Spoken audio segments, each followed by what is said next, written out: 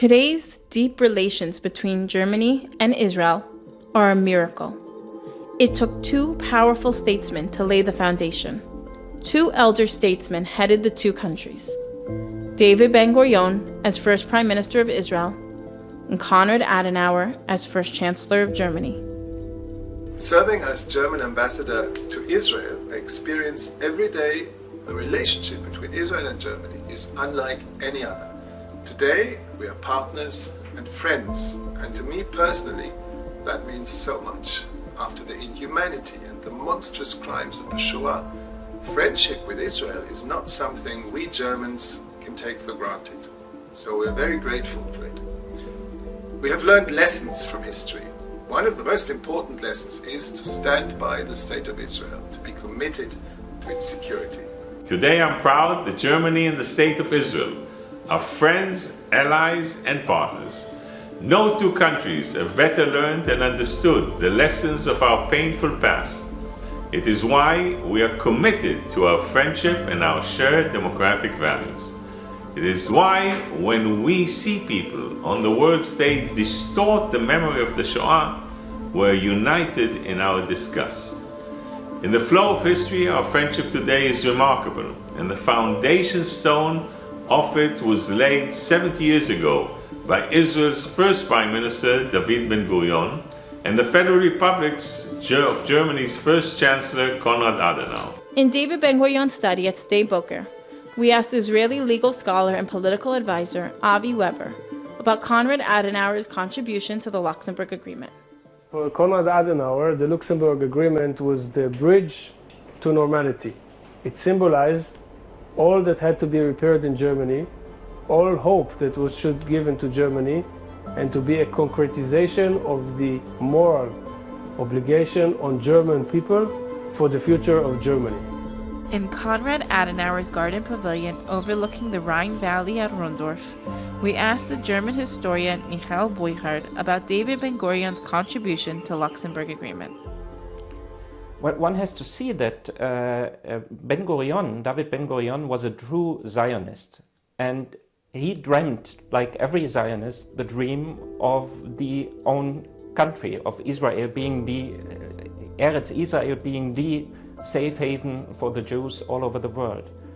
So for him, the highest priority was that this dream he helped to bring to the reality would not come to a very early end.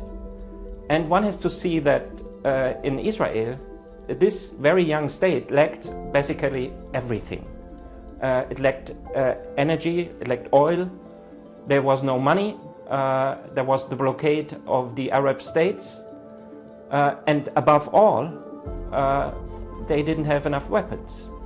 So every help was desperately needed, because the existence of the State of Israel was under heavy threat from the first moment on of its existence. Adenauer also thought that the way to build the bridge or to strengthen the position of Germany would be to actively contribute to the establishment of the State of Israel, to the security of the State of Israel, and to make sure that none of the Holocaust survivors, all of those that were still scattered in the late 40s in Germany, in DPs, in the camps, would have a home to come to and have a state that will support them and allow them to continue or to rebreed or to rebirth the entire Jewish nation once again. Ben-Gurion and Adenauer pushed through the agreement, overcoming opposition even from their own ranks.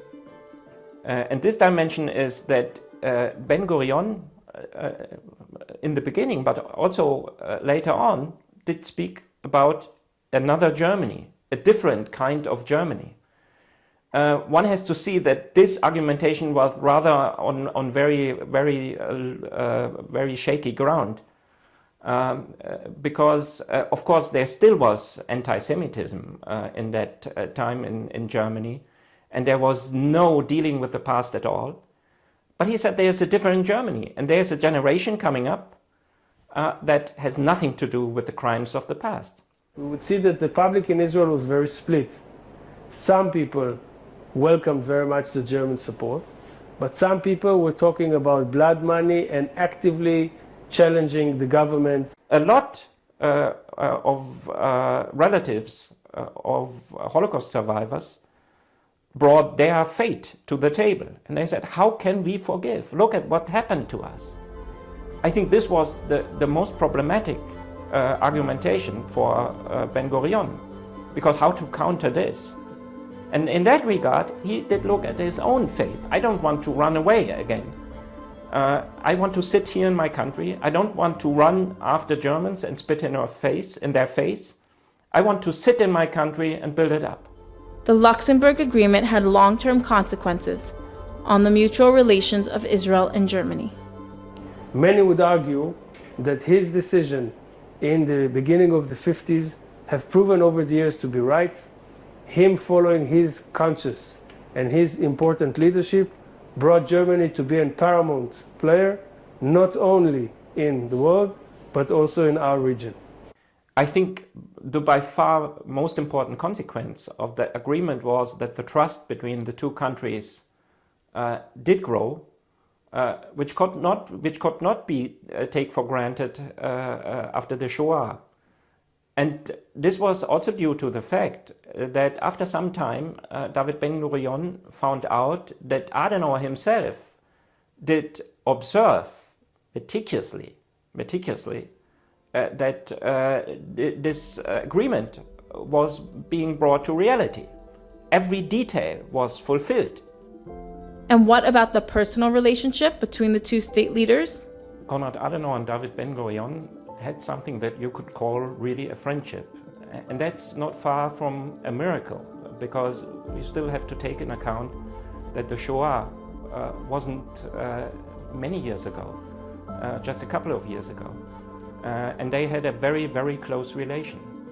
One could simply say it's the chemistry, but I would think that it was much more. And what's really striking, not on first sight, of course, but what's really striking is the similarity between the two guys, if I may say so. The similarity was that they were both pragmatists, but they also had a very clear moral compass. They were very, very strong as politicians, really bringing things to the table and forcing political movements. But on the other hand, they were very, very flexible and very creative. Both have not been fatalistic. Both have been very, very clear. I think you could really describe this with a very, very wonderful Israeli notion that both loved the Israeli idea of chutzpah and tacheles.